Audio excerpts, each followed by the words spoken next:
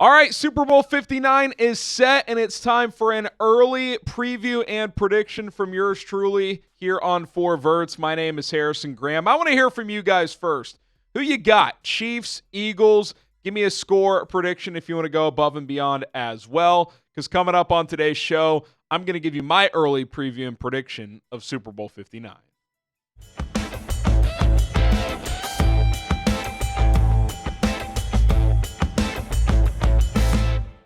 The stage is set as the Kansas City Chiefs will take on the Philadelphia Eagles in New Orleans on Sunday, February 9th, obviously 13 days from now, as each team gets an extra week to prepare for Super Bowl 59. Early odds have the Chiefs as a slight favorite by 1.5 points.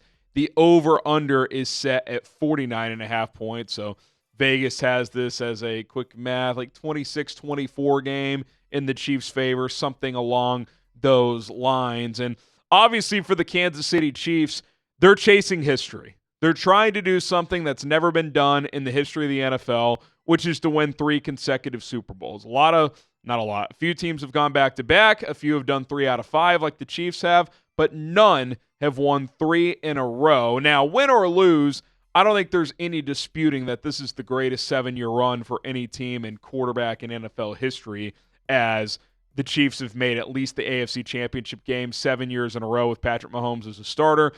Their floor has been losing in overtime in the AFC Championship. So if they lose this game, it's not like it diminishes this run. But if they are able to win it and three-peat, it's historic. It's setting a mark that no other team has been able to do. And the question for the Philadelphia Eagles is this: can Patrick Mahomes be stopped?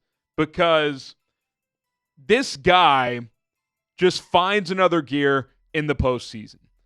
17-3 in his postseason career, almost 6,000 passing yards, 43 touchdowns to 8 picks, 14 rushing touchdowns, including 2 in the AFC Championship game against Buffalo.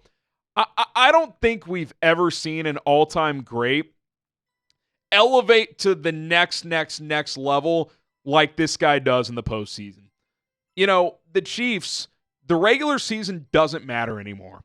Obviously, they have to win enough games to make the playoffs, and they won 15 games this year. It's not that they're not trying, but I do think there is some truth to the idea of, okay, you know, they figure some things out. They try some different things. They experiment a little bit, and then they ramp it up late in the year. And then when the playoffs get here, Mahomes and this team as a whole, they find another gear. It's not disrespectful to the rest of the league. It's not anything like that. It's just they're so confident in their process and their ability that they know how to find another gear in the postseason because they've been there, they've done that, and their key figures have stayed the same, starting with Andy Reid, then Mahomes, Steve Spagnuolo, and then you get to the Kelce's, the Chris Jones of the world, etc. All those guys are still here, and they've been here since the beginning of this run 7 years ago. So it's going to be hard to beat them. You have to go take these games against Mahomes. He's lost twice in overtime, and he got bulldozed in the Super Bowl by the Bucs the one year when they couldn't block Tampa. Other than that, all the guy does is win. So if you're Philadelphia, you're going to have to go take this game. It's not going to be given to you. Mahomes, at most, is going to give you one opportunity to take the ball away. He doesn't turn the ball over in the playoffs. He fumbled once in the AFC title game on a missed exchange. Other than that, that was their first turnover in 83 drives, compiling over like several games. So what this guy does and what this team does is they're efficient, but they also take care of the football. Like they do it both.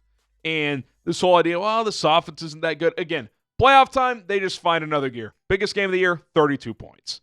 I mean, this offense is hitting on all cylinders when it matters the most. And it's because of number 15. He hits another gear come playoff time. Let's look at a few key matchups here. Number 1, Saquon Barkley against the Chiefs' rush defense. Barkley is on just what you would call like a Steph Curry heater right now, where you feel like every time he touches the ball, he could take it the distance. Kind of like when Steph crosses half court, you feel like he could score at any moment. 442 yards on 66 carries. Quick math, that's like 7 yards and change per carry. It's a ridiculous number. I get the offensive line is great, all that stuff. What Saquon's doing is absolutely spectacular. It really, really is. He's got a 50-plus yard touchdown run, I think, in more than half of the games this year. In the postseason, every single game he's got at least one. He's just been fantastic. I mean, in that NFC title game, when Washington grinds out an 18-play drive, settles for a field goal, and then on the first play, Barkley hits him for 60 and a touchdown. I mean, the game might as well have just ended there because just completely demoralizing for an opponent when he can take it the distance at any given moment. And if the Eagles are going to win this game, he needs to have a big day. He needs to probably go for $150 and at least break one of those long runs. Certainly he can do it. However, I would expect with the extra week off, Steve Spagnuolo is going to have a strong game plan to make it tough on Saquon Barkley. It'll come down to the trenches, obviously. The Eagles are very good up front. I would give them a slight edge against the Chiefs' defensive line, but that defensive line with Chris Jones, George Karlaftis, Aminihu, Dana, and those boys who have been there and done that, they're not going to back down. They're going to hold their own, and obviously Nick Bolton and Drew Tranquill are very good linebackers that can tackle in space. Key matchup number 2. Jalen Carter and really the Eagles' interior defensive lineman against, in particular, Chiefs left guard Mike Caliendo. Mike Caliendo has done an admirable job playing at left guard because they've left Joe Thuney at left tackle. They've left him out there because DJ Humphries wasn't playing that well. I do wonder, with the extra time off, if you're Kansas City, do you consider bringing Thuney back inside because that's where the strength of the Eagles' defense is, and putting DJ Humphries at left tackle? It's risky because Humphries didn't play that well, and Thuney's played well at left tackle, and if you make that change and both your tackles are struggling because Jawan Taylor can be hit and miss, that's a pretty big risk. But I do wonder if Andy Reid and company at least explore that some in practice over the next couple of weeks because, again, to me, the strength of the Eagles' defensive line starts with Jalen Carter and that interior. Milton Williams, great interior pass rusher. Jordan Davis can be disruptive on the inside. Josh Sweat's a solid edge rusher. They've got decent guys. Nolan Smith is a good speed rusher out there. But to me, the biggest threats are on the interior, starting with Jalen Carter. I don't think I would have the stones to make that move if I was the Chiefs because you kind of roll with what you got.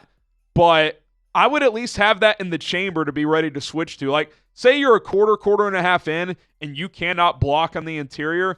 I think you got to consider that switch of going Thuney at left guard, excuse me, and Humphries back at left tackle. So we'll see if that's under consideration. Again, I wouldn't bet on it, but I think that's a huge matchup in this game because if the Chiefs cannot block in the interior, that's a very difficult proposition to A, run the football, which has been a challenge at times for Kansas City, and B, for Mahomes to have to create even more than normal facing that inside pressure.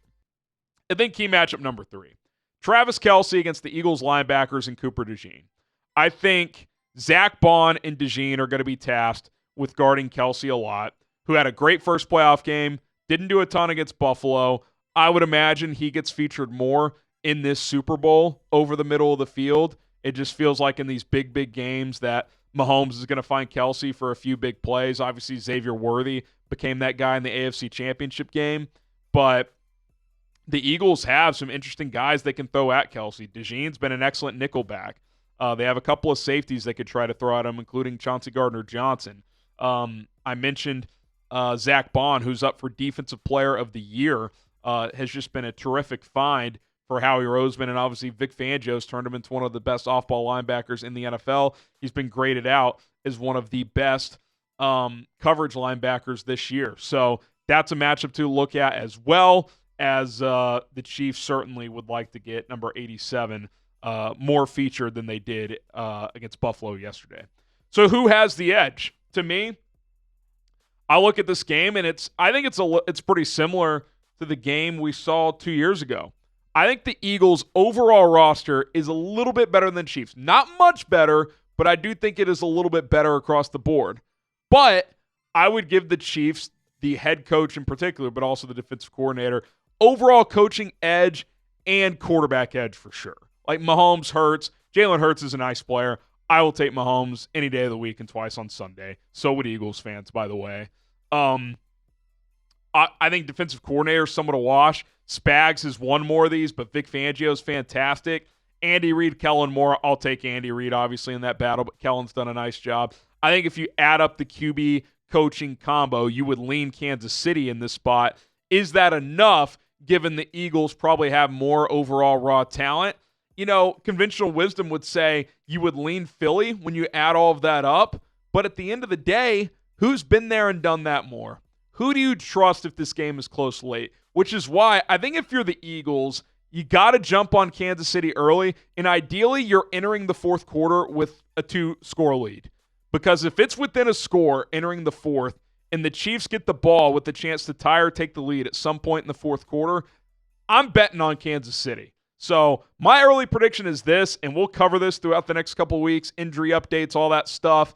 I'll have a final preview as we get closer to the game as well. I like Chiefs 31-24. That's my early prediction. I like the over in this game. Usually I'm an under guy in the Super Bowl, but we saw 2 years ago these two teams played indoors on a fast track in Arizona. Similar vibe in New Orleans, indoor in the Super Bowl. Xavier Worthy, Saquon Barkley. There's some home run hitters in this game. You get a couple of those big plays. I like the over in this game. Right now it's at 49.5. I got it at 55, 31-24. Both these teams are excellent. They're both very well coached. But I think the Chiefs, they want to complete the mission. They want to do that three-peat and do what the Tom Brady dynasty and those boys could never do. And I think they find a way to get it done. If it's close late, I like the Chiefs. Give me Kansas City 31-24. All right, that's going to do it for this edition of For Verts. We will continue to have Super Bowl coverage throughout the next couple of weeks. Some more, probably get back into a more NFL news, rumors type of show tomorrow. Saints head coaching search still ongoing. Speaking of Kellen Moore, New Orleans' brass flew to Philadelphia today to meet with Moore either today or tomorrow, so keep an eye on that. We will cover that for you guys. My name is Harrison Graham. Hit that subscribe button, and we will see you guys next time.